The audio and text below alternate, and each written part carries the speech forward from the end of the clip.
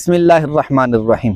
आज मैं इधर मकबरा जहांगीर पे आया था तो मैंने कहा कि बड़ी अच्छी लोकेशन है तो यहाँ पर एक इल्म मंतिक के हवाले से क्लिप रिकॉर्ड किया जाए। हमारे यहाँ इल्म मंतिक की किताबों के अंदर एक इबारत बयान की जाती है कि मालूमात तसव्वुरिया को तरतीब देने के बाद हमें एक मजहूल तसव्वुरी हासिल होता है। तो वो जो मालूमात तसव्वुरिया हैं ये हम कहाँ पे इस्तेमाल करते हैं, ये इसका इस्तेमाल कहाँ पे होता है, और उसके बाद जो मजहूल तसव्वुरी होता है ये क्या चीज़ होती है। तो याद रखिएगा इसका इस्तेमाल होता है तारीफ़ात के अंदर।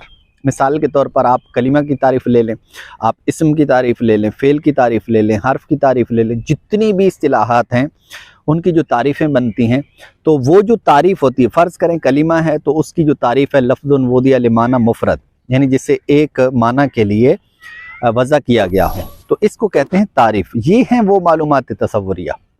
और फिर किसकी आप तारीफ़ कर रहे हैं, वो है कलिमा, ये मुअर्रफ कहलाता है, यानी जिसकी तारीफ़ की जाए।